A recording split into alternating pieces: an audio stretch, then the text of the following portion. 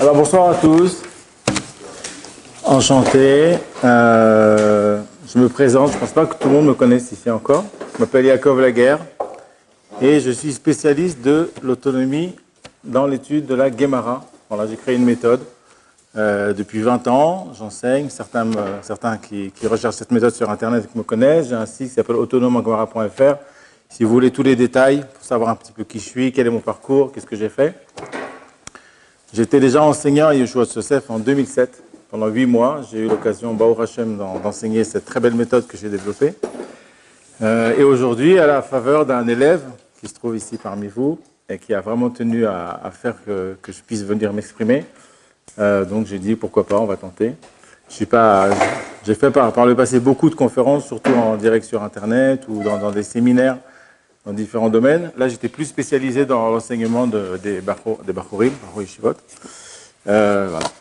Donc, à la demande du Rav Nakash, il a demandé qu'on traite un sujet qui, je pense, va parler à tout le monde, le secret d'une teshuva qui dure. Une fois qu'on a quitté, avant la teshuva, il y a toujours une période où on est un petit peu loin d'Akadosh Baruch Hu. On est plus ou moins loin, ou pas forcément d'ailleurs, puisque faire teshuva, c'est le fait de faire plus que ce qu'on a reçu de nos parents. On apprend ça de Esav Aracha, qui à 40 ans a dit, vous m'entendez bien? À 40 ans? Non, vous m'entendez pas?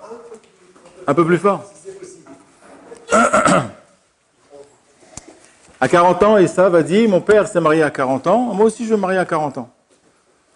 Alze Nixar chez Esav Aracha Gamour.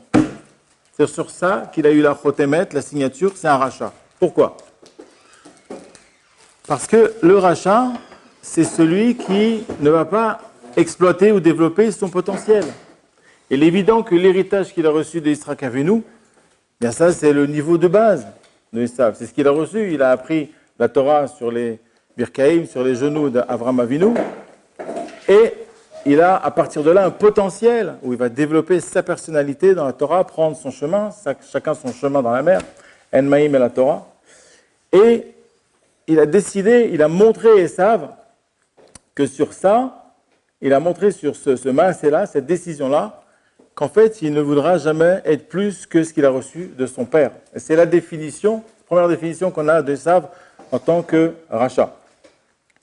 Donc ça veut dire que même la teshuva, ce qui est important de comprendre en préliminaire, c'est que quand on va parler de teshuva, aujourd'hui on a un mouvement depuis les années, on va dire 80, qui s'est un petit peu amplifié, qui s'est un petit peu ralenti vers 2000, 2010, qui a un peu repris, un mouvement de teshuva, un mouvement de Baalei teshuva. Mais en fait, la teshuva dont on parle, c'est pas cette teshuva-là. La teshuva, en fait, c'est une notion qui est intrinsèque à la construction du monde. Et on peut venir d'une famille de Bnei Brak où on est né avec les Peot, on a eu le Heider, on a eu la Yeshiva Ktana, on a tout eu. Et pourtant, on va nous attendre, Hachem nous attend au tournant. Est-ce qu'on a fait teshuva? C'est-à-dire, est-ce qu'on a réussi à faire un pas de plus? Est-ce qu'on a réussi à aller un petit peu plus loin que l'héritage qu'on a reçu de nos parents? Donc déjà, la première notion qui est importante, c'est de sortir de la définition, entre guillemets, un petit peu conjoncturelle de la fin des temps et un petit peu aussi politique, que la teshuva, qu'on ne concernerait que les Baalei teshuva. On peut venir d'une famille qui est complètement baignée dans la Torah et finalement devoir faire teshuva, comme moi je suis en contact avec beaucoup de Bachurim qui ont fait le Heider, Yeshiva Ktana, Yeshiva Gdola, en Israël, 4-5 ans d'Yeshiva, dans d'excellentes Yeshivot, et ils m'appellent aujourd'hui pour que je les forme à l'autonomie dans la Gemara. Donc, comprenez l'erreur. D'accord? Donc, la teshuva, ça va concerner n'importe quel Ben Israël qui va devoir finalement intégrer le chemin qu'Akadosh Baruch Hu a créé pour ce monde, puisque la teshuva, c'est là le but de la création du monde, comme on va le voir. Pour l'instant, comme d'habitude, j'ai écrit 7 pages de notes et je suis complètement hors sol. Je ne suis pas du tout dedans. J'essaie de me rattraper. Donc, peu importe. L'idée, c'est comme ça. On est plus ou moins loin d'Akadosh Baruch Hu, dans une famille plus ou moins assimilée, comme la mienne. Et tout à coup, on a une rencontre. On fait une rencontre à la faveur d'un séminaire, d'un Shabbat plein, de quelqu'un un chaver, quelqu'un qui nous booste. Et là, il y a une étincelle.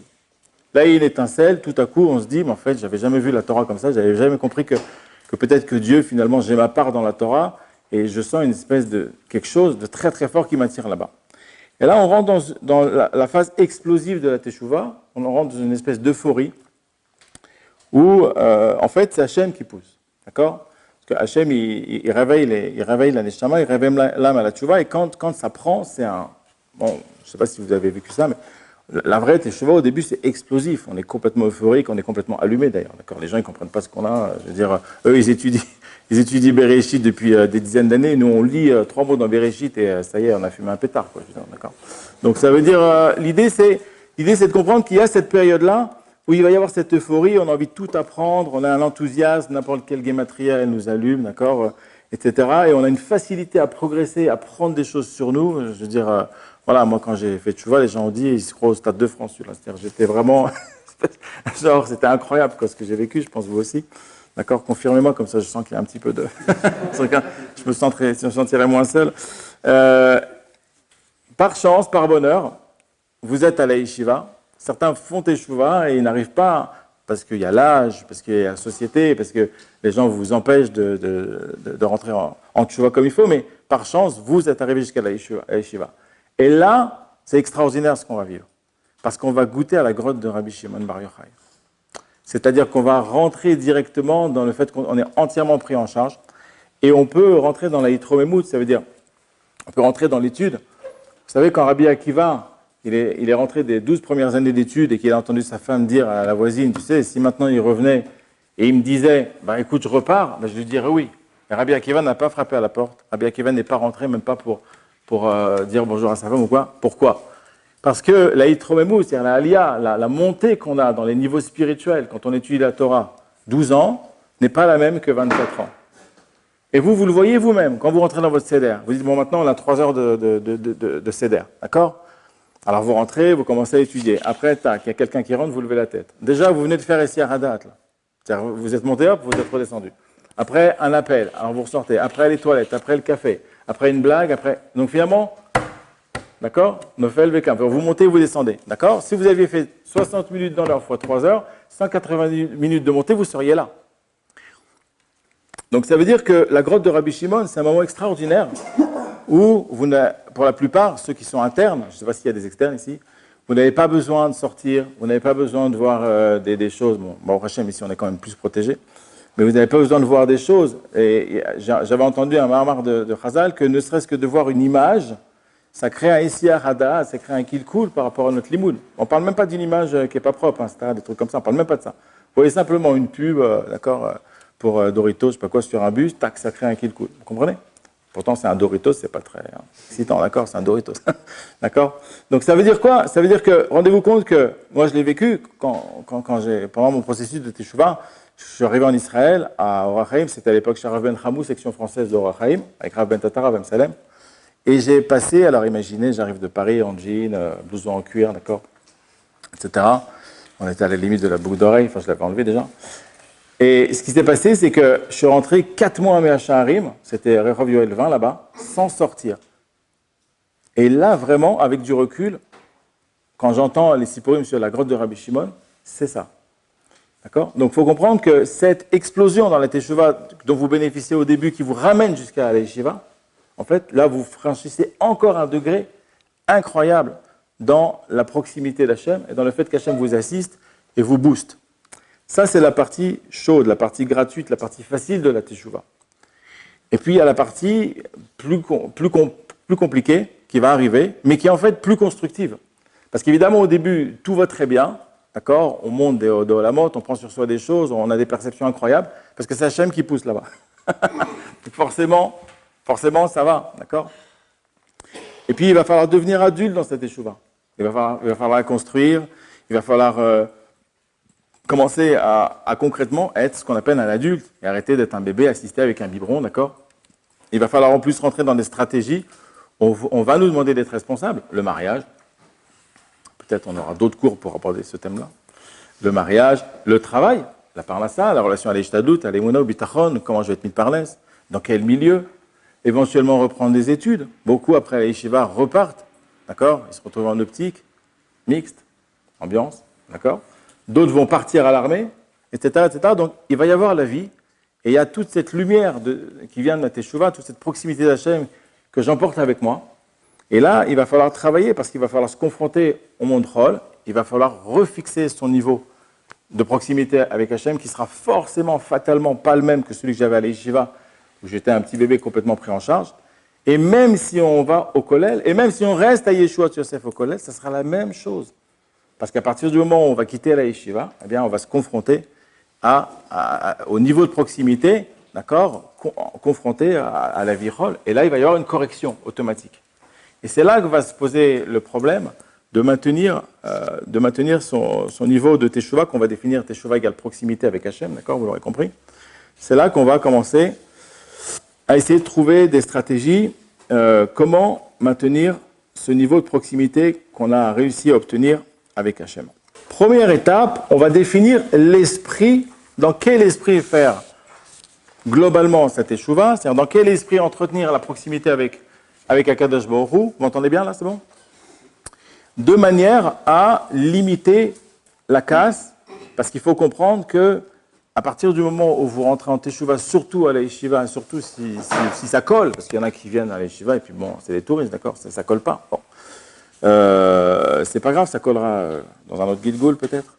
En tout cas, ça veut dire que maintenant, dans quel état d'esprit faire cette Teshuvah, organiser sa proximité à Hachem pour éviter de retomber, parce qu'il faut comprendre que à partir du moment où vous rentrez ici, vous devenez l'ennemi public numéro 1 du Yetzer Hara. Il veut absolument que vous tombiez, il est prêt à organiser n'importe quoi. On ne va pas commencer à détailler, d'accord?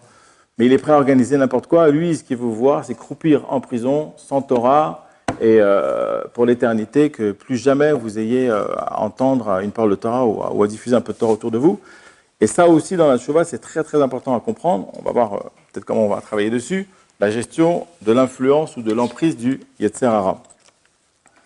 Donc, déjà, l'état d'esprit de sa construction personnelle dans la Teshuvah, encore une fois, qui s'appelle que je construis une proximité avec Hachem, d'accord? Donc là, j'ai encore 30 minutes, c'est ça? L'état d'esprit dans lequel on va construire sa proximité avec Hachem, c'est déjà que, en fait, le fait que Akadosh Baruch Hu m'a donné l'occasion, le mérite, de pouvoir revenir à lui, déjà, je vais considérer que ce n'est pas un accident de parcours. Accident de parcours, on va voir à la fin qu'est-ce que ça peut être, mais l'idée, c'est que ce n'est pas conjoncturel. Ce n'est pas, tiens, j'ai vu de la lumière, je me suis dit, bonne idée, d'accord? Petite référence, d'accord, pour ceux qui connaissent. Je me dis, je vais rentrer, d'accord? Il y a de la lumière, je vais rentrer. Non, ce n'est pas ça. La Teshuvah, il faut déjà se poser soi-même, donc ça signifie réfléchir, peut-être faire des birurim, des explications, écrire, d'accord? C'est un projet de vie. Il faut faire de cette Teshuvah pour commencer à la blinder, d'accord, par rapport à tout ce qui pourrait la faire tomber. Il faut commencer à imaginer qu'en fait, la Teshuvah, en fait, ma Teshuvah, mon retour à Hachem, ma proximité avec Hachem, c'est un projet de vie que je vais relier à une transcendance. C'est-à-dire quelque chose qui va dépasser la matière. Quelque chose qui est relié à l'infini, à l'absolu. D'accord? Et pour ça, en fait, on va tout simplement comprendre une chose, c'est que la Teshuvah, c'est le but de la création du monde. D'accord?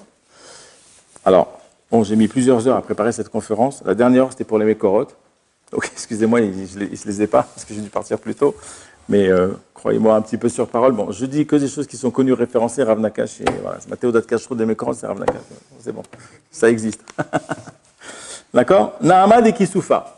Il y a un Midrash qui explique la notion du pain de la honte. C'est-à-dire qu'il y avait en fait, avant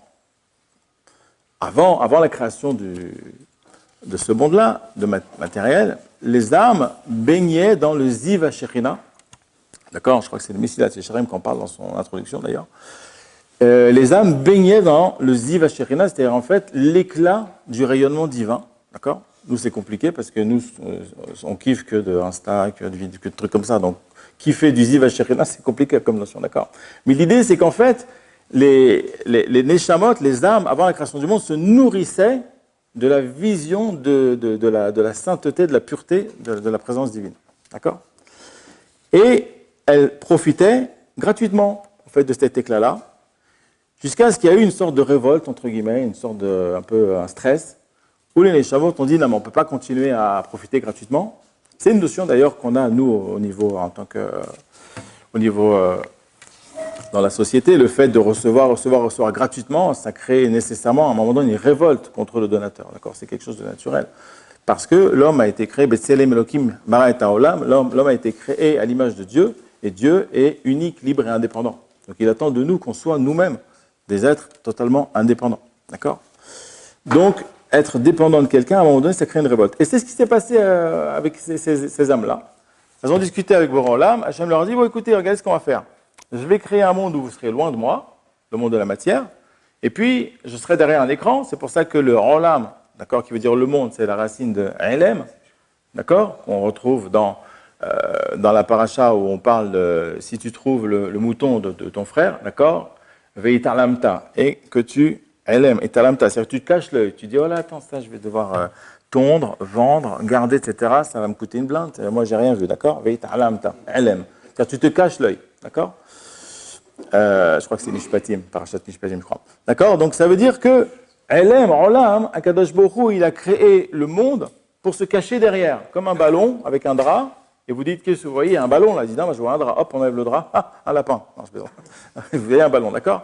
Donc, en fait, Hachem a créé un monde loin de ces âmes-là. Et le fait d'être caché derrière ce monde qui s'appelle la nature, d'accord, la matière, c'est ce qu'on appelle les différents, depuis le Ensof, d'accord, là où à Kadosh Baruch Hu, il n'y a que Hachem, tous les Tzimtzumim différents, pour ceux qui connaissent un petit peu, qui vont créer des voiles, d'accord. C'est comme une sorte d'ampoule avec une certaine forme, vous mettez un abat-jour, vous voyez encore qu'il y a de la lumière, vous distinguez déjà moins la forme de l'ampoule. Et au fur et à mesure des abat-jours, un il vous dit, bah ouais, tu vois bien qu'en fait la forme c'est un cube, l'autre dit non, c'est un triangle. Donc en fait, vous ne pouvez que croire ce qu'il y a derrière l'abat-jour. D'accord? À force de créer tous ces filtres et tous ces voiles, on a ce qu'on appelle la Prera Rovshit. On te dit, mais si, Dieu existe. On te dit, ben non, Dieu n'existe pas. Pourquoi? Parce qu'il y a beaucoup d'abat-jours. D'accord? Et au moment où on dévoile la vérité, à la fin des temps, on enlève l'abat-jour. Oh, Dieu existe. D'accord? Ceux qui n'y croyaient pas avant vont mourir de honte. Bon. Donc ça veut dire quoi? Ça veut dire que le Nahama d'Ikisoufa, c'est l'idée que Akadosh Baruch Hu, il va créer un monde pour que les âmes soient loin de lui et qu'elles reviennent vers lui. Donc déjà, on a la notion de Teshuvah intrinsèque à la création du monde ici, dans cet épisode du pain de la honte. En la Mélème, ça y est, je l'ai faite, c'est passé, je l'ai mes notes, d'accord. Dans les Sifrei Kabbalah, c'est marqué dans l'introduction, je crois, du Osrot Raïm. Vous affolez pas, on ne va pas faire de la Kabbalah, c'est juste pour le besoin du cours. Nimlar Bamelachim. Akadosh Baruch Hu a consulté des anges, il a consulté certaines personnes pour savoir si ça valait le coup de créer le monde ou pas. Qui c'était? Alors, j'ai appris donc avec le Rav David Daniel Cohen, pas mal de Kabbalah, et il explique dans un de ses cours qu'avant la création du monde de Bereshit, il y a eu un premier monde dans lequel Akadosh Baruch Hu s'est complètement caché et il a donné à Mal à régner en maître.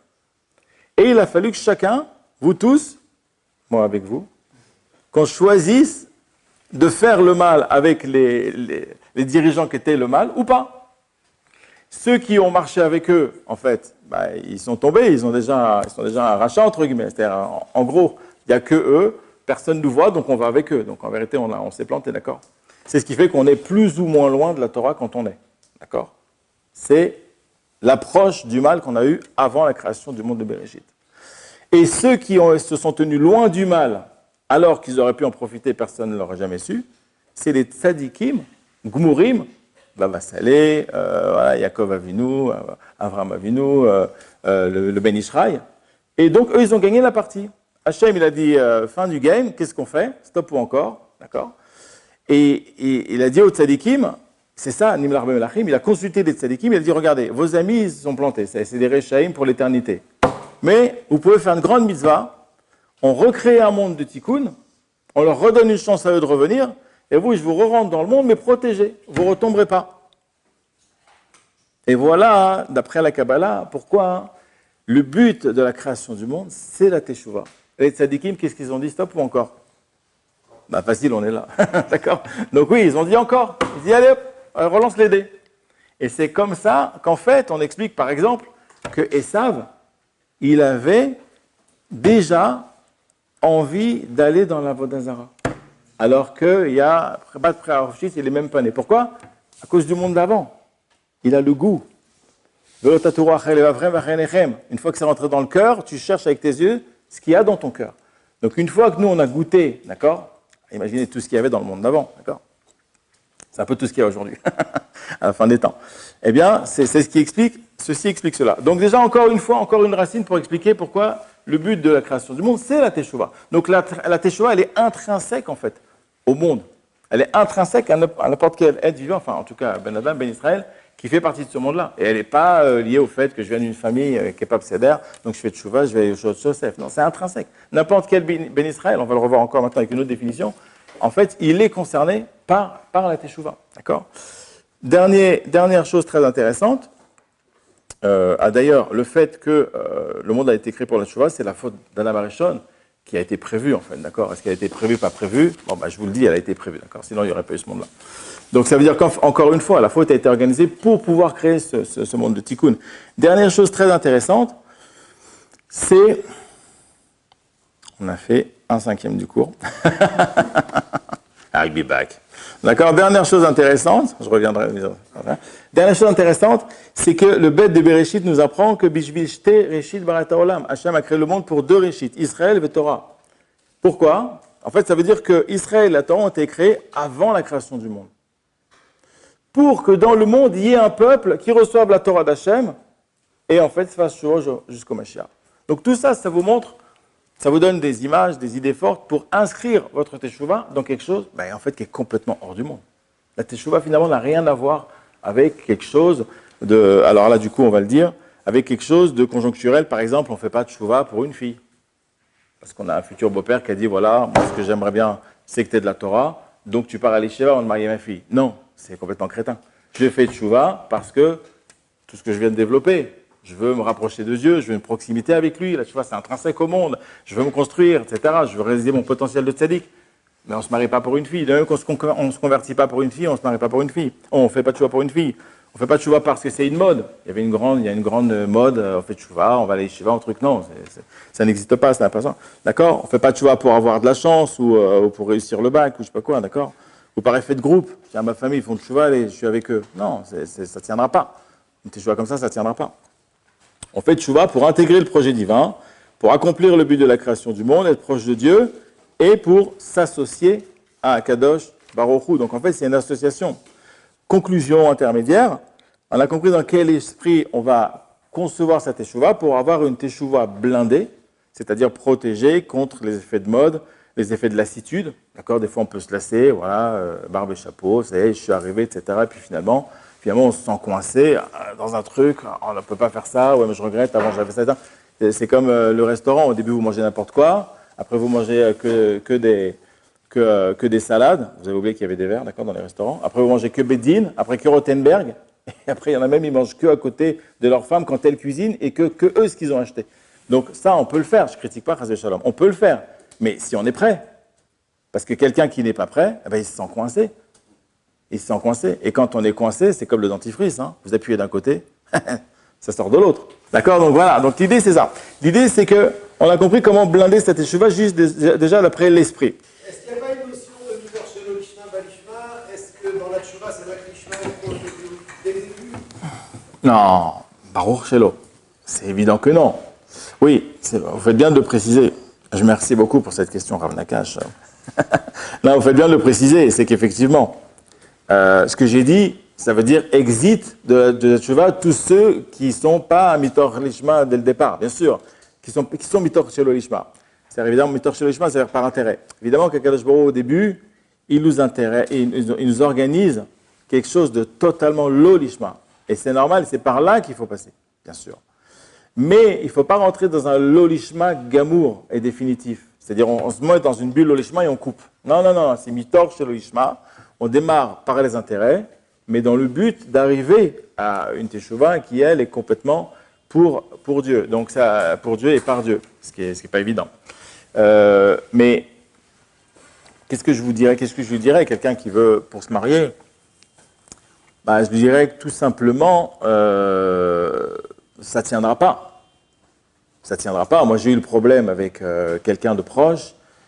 qui a voulu se faire un shidur et aller jusqu'au mariage avec une fille uniquement par intérêt. Mais ça se voyait vraiment que c'était par intérêt. Je veux dire, il n'y avait aucune construction spirituelle. Je parle d'un Baruch Shiva qui a terminé le chasse à 19 ans, qui est vraiment mouillé qui est Haredi. Je ne parle pas d'un... D'accord. Et il est complètement dans les intérêts. Et j'ai eu la force, et on a eu raison, et aujourd'hui il me remercie, de lui dire c'est très simple. Et je suis allé chez Rabbi David aussi. C'est pas que moi, évidemment, c'est Rabbi David qui m'a conseillé, Rabbi David Abou Khatsera.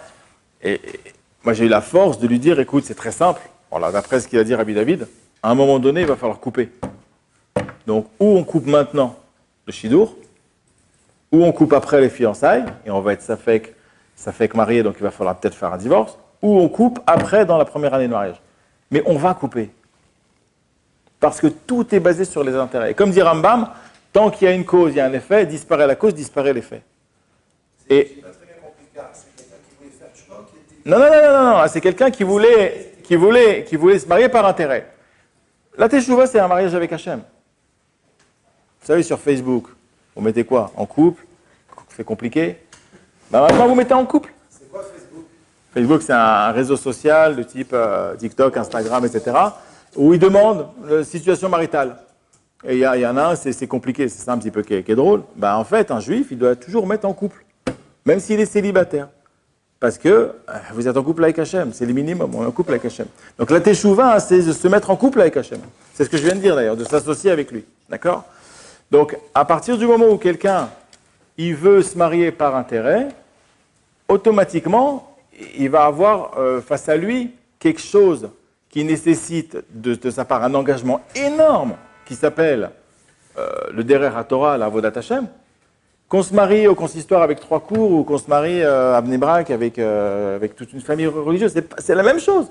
Parce que quand on va rentrer dans le couple, je ne voulais pas rentrer dedans, mais j'y suis, quand on va rentrer dans le couple, il faut savoir qu'est-ce qu'un juif, qu'est-ce qu'une juive, qu'est-ce qu'un couple juif, comment ça fonctionne. Et c'est un olam, c'est gigantesque comme dossier, d'accord? Et donc ça veut dire que ça va demander un travail phénoménal, qui à un moment donné va forcément nécessiter, si Siyata d'Ishmaï, on ne peut pas s'en sortir dans le couple, que ce soit le couple homme-femme, le couple parent-enfant, le couple je suis au travail avec le patron, le couple chavruta, le couple moi au collègue, tout ça c'est des couples. Hachem est avec Zivugim, toute la journée, d'accord? Hachem il crée les couples toute la journée. Donc à un moment donné on est en couple, parce que c'est le bête de Bereshit, en fait il y a une confrontation des contraires, d'accord? Pour lesquels on doit arriver à un équilibre, d'accord? C'est le bête de Bereshit, c'est l'idée de création du monde. Et pour arriver à cet équilibre-là, il faut Siyata d'Ishmaï, il faut le shalom. Le shalom, c'est le nom de Dieu, il faut que Dieu intervienne. Donc à un moment donné, je veux me marier avec une fille. C'est quoi la question? Je veux faire teshuva pour me marier avec une fille. Non, fais teshuva, relie-toi à Akadosh Baruch Hu, et ça se passera bien, mariage avec la fille. Mais si c'est un court-circuit directement avec la fille, il n'y aura jamais de Shekhinah dans ce couple-là, il n'y aura rien, ça se passe. Dès le départ, ça va dans le mur, oui.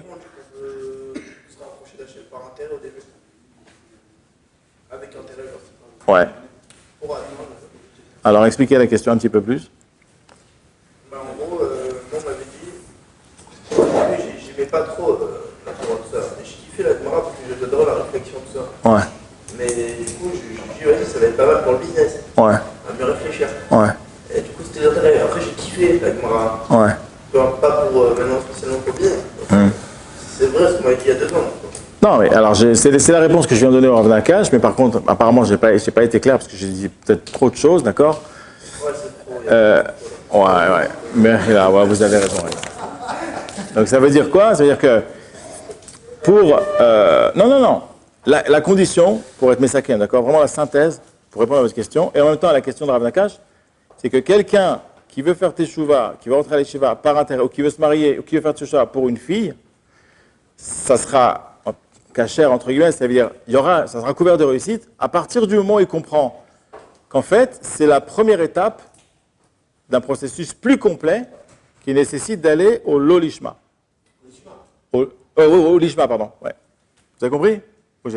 En gros, c'est bien de rentrer dans la Torah, dans la Tchouva, même par intérêt, il y a une condition, c'est qu'on sache que ce n'est que la première étape voilà. Qu'il y a une étape d'après. Voilà. En fait, il faut tout faire pour quitter cette étape, pas le plus rapidement possible, mais dès qu'on est prêt. Dès qu'on est prêt, il faut quitter l'étape des intérêts. Et il faut le savoir, faut pas que ça soit un poids, genre, oui, mais alors à ce moment-là, non, regarde. L'idée, elle est comme ça, voilà. Toi, tu rentres par là par intérêt, tu veux cette fille, tu veux te faire tes choix pour se marier parce que cette fille, parce qu'elle a telle histoire religieuse, etc. Alors, il faut comprendre que, en fait, ça pourra réussir si, à un moment donné, tu comprends qu'on ne se marie pas pour une fille, mais on se marie parce qu'on veut servir Dieu. N'importe quoi, on fait tchouva parce que, excusez-moi, je vous l'ai dit avant de venir, je ne me sentais pas très bien, c'est pour ça que je fais des lapsus. On fait tes tchouva pour servir un Kadosh Baruch Hu, pour lui ressembler. On utilise sa Torah pour savoir ce qu'il dit, ce qu'il attend de nous, pour le servir et pour lui ressembler. Et dans ça, on intègre le mariage. Mais si en fait on fait tchouva pour la fille, on n'intégrera jamais Dieu dans le mariage à ce moment-là. C'est comme ça que ça fonctionne. Et pareil pour faire des tchouva par intérêt. Ouais, parce que avant on était en train de parler de ça. C'était ça le sujet. Non, allez-y, posez votre question. Quel rapport la fille avec Dieu, ouais. Parce que la question de Rav Nakash, c'était si un élève veut faire des chouvas pour faire un shidour, se marier avec une fille, qu'est-ce qu'on peut lui dire? Comment? C'est une mission de faire tchouva pour une fille. Ouais, c'est une mission, ouais. Non, mais c'est ça. Ouais. Ah, c'est une mission impossible. Il y a plein de filles, en fait.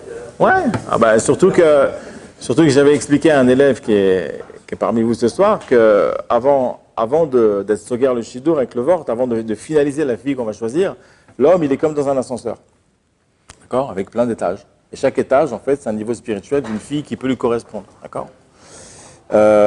Et en fait, au moment où lui il va choisir, il dit c'est celle-là, d'accord. Donc il ferme avec elle. À ce moment-là, on le met à l'étage, c'est cet étage-là, et donc on va souder. Non, les portes vont s'ouvrir, on va souder l'ascenseur et c'est fini. Il est obligé maintenant de rentrer dans ce niveau spirituel. D'accord? Donc ça veut dire quoi? Ça veut dire que... Ça correspond au niveau qu'il est lui-même. Voilà, exact. Mais ce niveau, comme c'est un ascenseur dans l'exemple, il évolue. Ah, si tu évolues plus, c'est pas la même. Exactement. C'est le phénomène de Zivug Rishon, Zivug Sheni. C'est que Zivug Rishon, comme c'est marqué dans le Sota d'Avbet, ça c'est si ni l'un ni l'autre n'ont bougé. Zivug Rishon, c'est la première fille qui nous correspond, c'est la moitié de notre Neshama, d'accord? Si on n'a pas bougé du niveau où on était, on est né, etc. Donc à ce moment-là, on a le zivou qui nous correspond, puisque c'est la même neshama qui vient globalement faire le même tikkun. Un, il va faire le tikkun et l'autre, Ezer Kenegdo, elle va l'aider. Mais si un, il fait une chouva de folie alors que l'autre, elle descend, et le contraire aussi, d'accord? À ce moment-là, zivou Rishon, il va falloir trouver quelqu'un qui correspond, qui ne sera pas forcément la moitié de neshama originelle. Mais de toute façon, elle correspondra à la moitié en question. Ok, est-ce que j'ai répondu aux questions? Ah, il y a encore une question. Vous avez parlé de l'intérêt, comme quoi c'était pas... Plus fort, je vous en... Merina. Vous avez parlé de l'intérêt, comme quoi c'était pas destructif, mais il faut bien... Qu'est-ce qui peut être destructif? Justement, ce que je dis, c'est que... J'entends pas. L'intérêt. T'as quoi? Vous avez dit que l'intérêt, Ah, ouais. quoi qu'il a, peut être destructif, Ouais. mais au départ, tout le monde a son intérêt, et par rapport à la fille, c'est-à-dire que en sortant de l'intérêt, c'est ça la destruction. Parce que pour réussir un cours, forcément, il y a une construction mutuelle, mais pour réussir cette construction-là, il faut sortir de l'intérêt, et comment sortir de cet intérêt-là? Non, on peut pas. Non, j'ai pas dit qu'il faut sortir de l'intérêt. J'ai dit qu'il faut accepter qu'à un moment donné, il faudra sortir. En fait, on ne sort pas. Mais on a compris qu'en fait, c'est une étape, qui est nécessaire, mais dans laquelle il ne faudra pas rester. C'est ça toute la horma, c'est ça toute la finesse. Comment? À la fin, on fait quoi? L'intérêt, ça veut dire. Quoi, à la fin? À la fin de quoi? Je veux dire, non, pas à la fin, au début. Au début ou à la fin, alors? Au début. Ouais. Au début, on fait tout par intérêt. Pendant tout le processus. Le processus de quoi? Le processus de chaque chose qu'on commence. Moi, je Oui, tout à fait. pour un intérêt, si je veux une femme, je Alors, un intérêt, si je fais quelque chose. oui, alors j'ai compris. Alors non, ça c'est quand même un caractère qu'on travaille. C'est-à-dire, il y a comme un... Vous avez dit l'ishma, mais c'est-à-dire que c'est un niveau. En fait, j'arrive même pas à imaginer. Ouais, de ouf. Ouais, dis-le, de ouf. Ouais, c'est vrai, l'ishma, c'est un niveau de ouf. Ouais. Là, je vous dis, à la fin, je vous ai prévu quelque chose. Alors, donc, heureusement que j'arrive pas à la fin, je crois. Parce qu'à la fin, on fait Kaddish. Non, faut pas que ça vous fasse peur. L'ishma, de toute façon, Akadosh Baruch Hu, il nous connaît.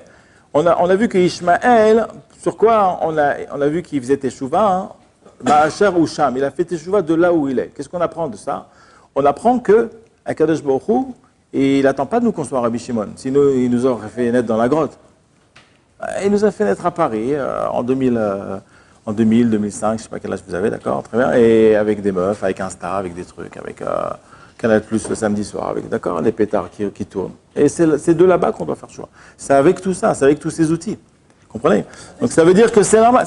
Oui, c'est des outils, bien sûr. C'est des outils d'évolution. Bien sûr qu'au début, on doit être l'olishma, mais encore une fois, l'idée, c'est de se dire, en fait, c'est une étape qui est nécessaire. C'est comme si un bébé, vous disiez, un bébé, il veut rester toute sa vie un bébé. Et il y en a d'ailleurs, il y a une maladie comme ça. Il ne veut pas grandir. À un moment donné, ça coince. Vous voyez, l'enfant, il n'arrive pas à aller aux toilettes comme il faut. Il garde tout le temps tout dans ses sous-vêtements, etc. C'est que c'est un enfant qui ne veut pas grandir. Il y a un problème.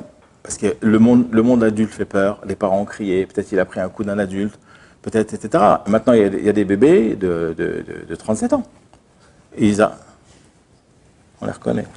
Il n'arrive pas. Moi, j'en connais. Toute la journée dans la play, comme ça. D'accord? Le mec, on lui a payé toutes les études qu'il faut. Il est en calbut, comme ça. Tac. Le petit coca, les cornflakes, les trucs. Et il joue. Il connaît un Mortal Kombat, les trucs Taken. Il connaît tout par cœur. Moi aussi. D'accord? Et il ne se prend pas en charge. Et le père me dit, c'est un ami à moi, il me dit, je ne sais pas ce qu'on va faire. On va mourir. 37 ans, 40 ans, il est là. Donc ça veut dire que, à un moment donné, c'est la deuxième étape, devenir adulte dans cette échova. D'accord? Devenir adulte dans cette échova, donc je vais essayer d'y arriver tout doucement. Alors, dans quel esprit? On a compris l'esprit. Alors, donc voilà. Là, maintenant, on comprend qu'on arrive à l'idée de s'associer à Hachem dans la échova. Maintenant, imaginez une banque, d'accord? Ouais. Mais même les convertis, ils étaient juifs avant, là, tu vois. Pourquoi? Parce qu'on dit guerre chez une guerre. Non, mais tu vois, c'est-à-dire que c'est ce cours, c'est pour le je comprends pas. La tchouva, c'est-à-dire. Moi, c'est-à-dire, je fais. Si je suis venu à l'échelle, c'est-à-dire que je fais tchouva ou parce qu'avant aussi, je faisais Shabbat. Ouais. Alors, j'ai dit dans l'introduction que la teshuva, c'est une composante intrinsèque du monde, indépendante du type de famille d'où on vient. On peut venir de Bnei Brak avec des péotes. Ou alors, on peut arriver d'une famille complètement assimilée d'Algérie comme la mienne, où on n'a jamais rien vu. Mais en fait, dans tous les cas, on va être concerné par la teshuva. Voilà. Donc l'idée de teshuva, après j'ai traduit dans le cours, en fait, on va dire que teshuva, c'est être proche de Dieu. En fait, la teshuva, c'est simplement entretenir une certaine proximité avec Dieu. À se rapprocher constamment. Ouais, voilà. Exactement. D'accord? On y arrive, tout doucement. Ouais. Après une faute, par exemple, c'est combien de temps après la tchouva? C'est le temps de faire vidouille, d'expliquer à Hachem ce qu'on a fait, pas la peine de le dire à tout le monde, de regretter et de prendre sur soi, de plus jamais le refaire. Ça y est, c'est fini, t'es un tzaddik. Oui, mais c'est pas le jour même. Le jour même, c'est la minute d'après, quoi. La construction, c'est marquant. La construction? De quoi? De la tchouva Alors ça, pour ça, j'ai un téléphone. Vous allez venir me voir après, on va en parler. Non, sérieusement, je fais des plans de reconstruction personnelle, vous l'avez compris, d'accord? Et Jérémy Silam a mon téléphone, si jamais je pars et que vous ne le prenez pas, pour me contacter. Ou pour des... Bon, bref. La construction, c'est compliqué. C'est tout un tas à lire. Là c'est pas le thème. Je pourrais, Blin et Der, revenir et faire le thème de la construction, comment on va articuler cette échouva concrètement. Mais c'est un petit peu long, c'est pas le thème. Mérila. Donc ça, je l'ai fait. Une seconde, voilà. Alors, le meilleur truc pour se rapprocher de Dieu? Sauter par la fenêtre, non, je plaisante.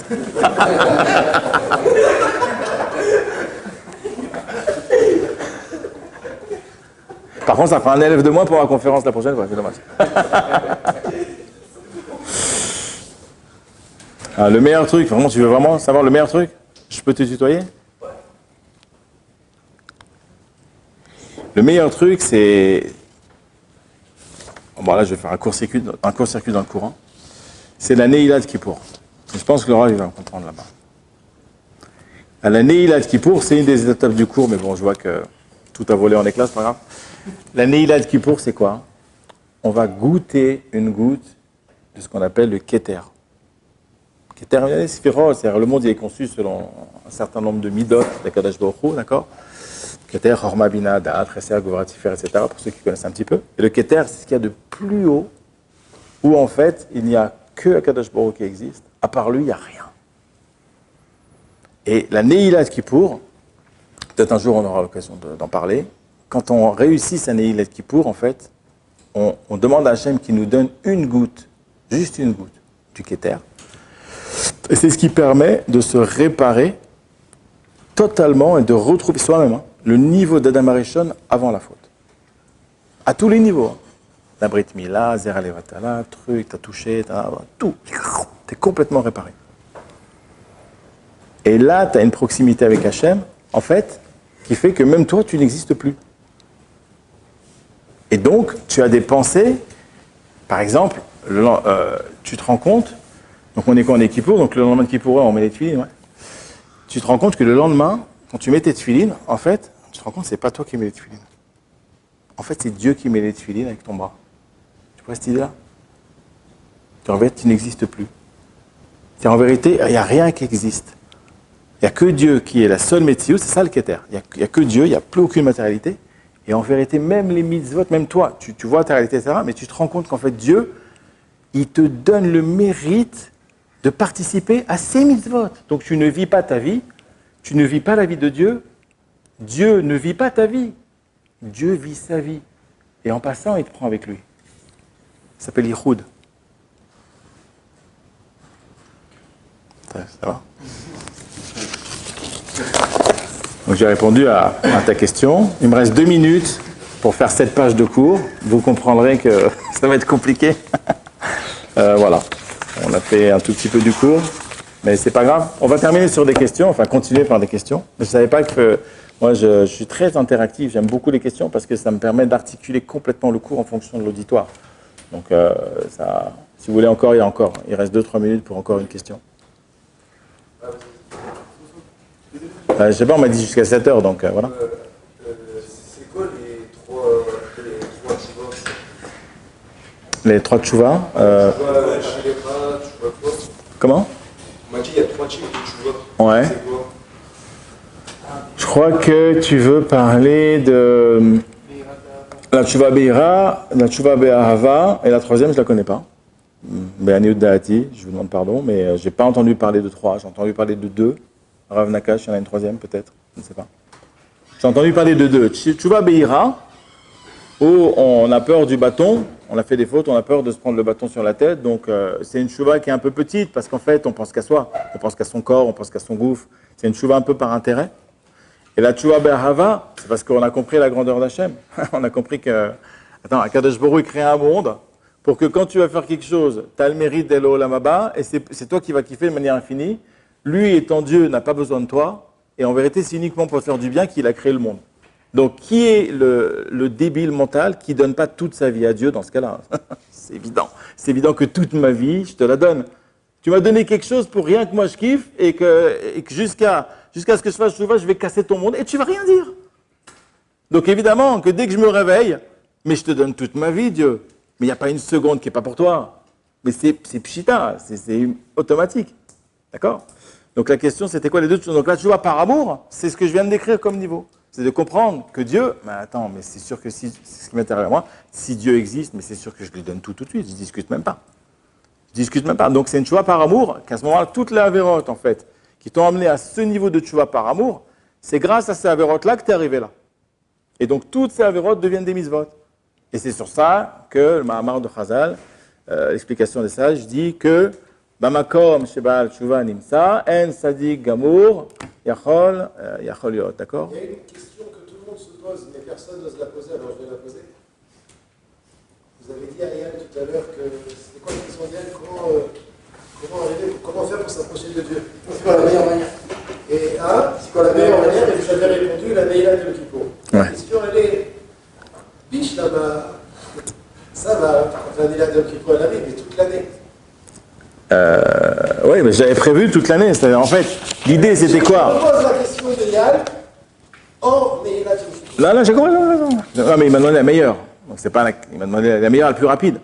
Pour rigoler, je dis jetais par la fenêtre, mais la plus rapide, c'est Neila. Maintenant, la Neila, c'est l'aboutissement de mois de Av, où on fait la liste de là où on n'est pas bécédaire. Il faut savoir, depuis le Tisha B'Av, on fait des listes. Quelles sont les avérotes que j'ai l'habitude de faire? Après Elul, on commence à organiser toute sa teshuva sur ces avérotes-là. Rosh Hashanah, il y a tout un tahalir, tout un processus jusqu'à arriver à Neila Yom Kippour. C'est pas genre on rentre dans la Neila. Tout un tahalir, tout un processus. Et après la Neila, ce niveau qu'on a eu, d'accord, on va le cristalliser dans la matière à travers les actes des mitzvot de Sukkot. Simchat Torah, on va rentrer dans la dvekut concrète, Hashem, d'accord.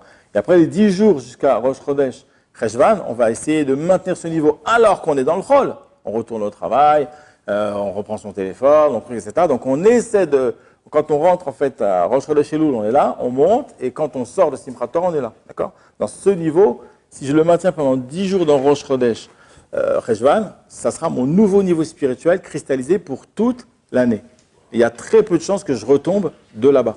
Une fois que je suis rentré dans Rosh Chodesh, avec la lumière que j'ai réussi à récupérer de Simchat Torah, qui a démarré à monter depuis Rosh Chodesh Elul, c'est fini, je suis enfermé dans ce niveau-là, d'accord? Et c'est extraordinaire. Maintenant, toute l'année, alors c'est ce que j'avais prévu ici, toute l'année. Maintenant, voilà, ça s'appelle le titre « En attendant prochain Elul », parce que vous ne saviez pas, d'accord? Donc on se dit « Ouais, mais c'est quoi ce truc-là? Il nous a eu, d'accord? Avant Tishrei prochain, que faire pour se maintenir? J'ai encore combien? 5 minutes ou... Alors, que faire pour se maintenir? Tchouva de base, au quotidien. Je vois que j'ai une faute, d'abord je note toutes mes fautes, je fais une faute, j'ai un carnet, et sur chaque faute, immédiatement, vidouille, regret, kabbalah et latid. La faute disparaît, d'accord? Après, évidemment, si c'est ben adam lachavero, peut-être que je rentre quelque chose, peut-être que je demande pardon, etc., d'accord? Mais globalement, ça, c'est tchouva de base au quotidien, chaque verra, et je me dis, quelle barrière je pourrais mettre pour arrêter de faire cette faute-là, d'accord? C'est très simple, arrête Instagram, c'est très simple, d'accord? Ou TikTok. Ensuite, deuxième niveau de teshuva, plus profonde. Plus profonde, je travaille sur la cause et les chemins et les origines qui m'amènent à la faute. Donc là, c'est pas seulement je vais gommer la faute et mettre des barrières. Là, je vais commencer à changer ma personnalité. Quand je travaille que sur la faute, avec les 3 étapes, en fait, c'est moi et moi-même. Kadosh Borou, il est entre guillemets un peu extérieur à l'histoire, même si je fais tchouva, mais c'est pour moi. Alors que quand je commence à changer ma personnalité qui m'amène à mes fautes, par exemple, pourquoi je dis de la shonara? Parce que j'ai l'habitude de ne pas retenir mes paroles, je fais pas tellement je me vois mieux que les autres, donc forcément je condamne n'importe qui, et puis etc., etc. Donc toutes ces mauvaises imidos, ces mauvais comportements qui m'amènent au lashon hara, je travaille dessus et hop, disparaît le lashon hara. Donc là, je commence à travailler sur ma personnalité, et là en fait, j'efface la personnalité que j'aime être, par confort, je suis ce que je suis et j'aime être ce que je suis, et je vais effacer ça au profit d'Hachem. Donc en vérité, le FDL, le différentiel, c'est que je fais apparaître Hachem dans ma vie. Parce qu'il y a moi et moi tout seul, tel que je suis, et hop, j'efface ma personnalité au profit d'Hachem. Donc en vérité, le complément, on est dans un camembert statistique, automatiquement, il y a moins Hachem, il y a Hachem moins moi qui a... Bon, vous avez compris, d'accord? Ça, c'est le deuxième. Alors ça, les barrières pour arriver à ça, c'est ilbo des doutes, d'accord? Ça veut dire, je réfléchis, je conceptualise ma vie, où j'en suis, etc. Qu'est-ce qui m'amène à mes fautes? Donc, réflexion profonde. Cheshbon hanefesh, d'accord? Me calculer quel est l'intérêt d'une faute ou le désintérêt d'une faute, quel est l'intérêt de la mitzvah correspondante et les intérêts. Après, je m'en fais très fort. Ou alors un bilan au quotidien, comme un cockpit.